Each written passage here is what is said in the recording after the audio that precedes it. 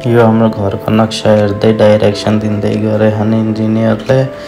So हाम्रो wall उठेर चाहिँ यस्तो भएछ, आधी त होइन बहुत कम उठेछ, त्यहीमा सुट गरेको। अब बल्ल दुईटातिरको भित्ता उठेछ वल।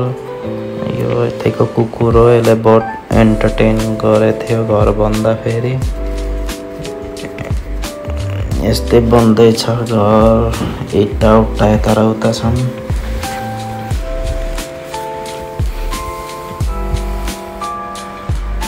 भित्र हेर्न आएको यो चाहिँ बाथरुम अलिक खुल्लै राख्ने भनेको छौँ हामीले, ताकि मेसिनहरू, कपडा धुने मेसिन अनि नुहाउन राम्रो होस्, सजिलो होस्, ठुलो होस् भनेर। अनि त्यही हेर्दैछन्। अनि ठेकेदारले सम्झाउँदै हो मिस्त्रीहरू, लेबरहरूले यस्तो यस्तो बनाउने हो, गर्ने हो भनेर।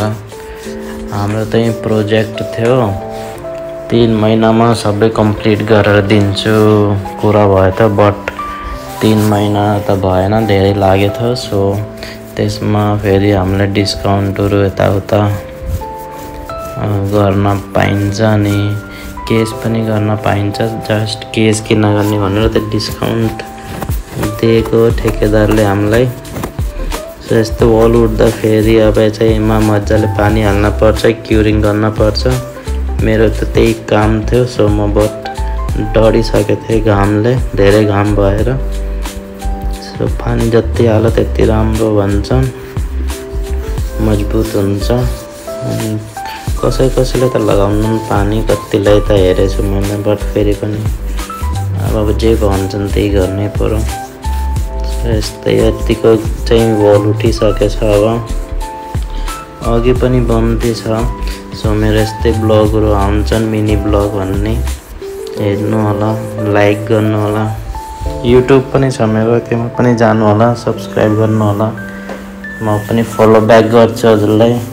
हजुर अब केसमा हुनुहुन्छ, टिकटकमा हुनुहुन्छ कि युट्युबमा हुनुहुन्छ?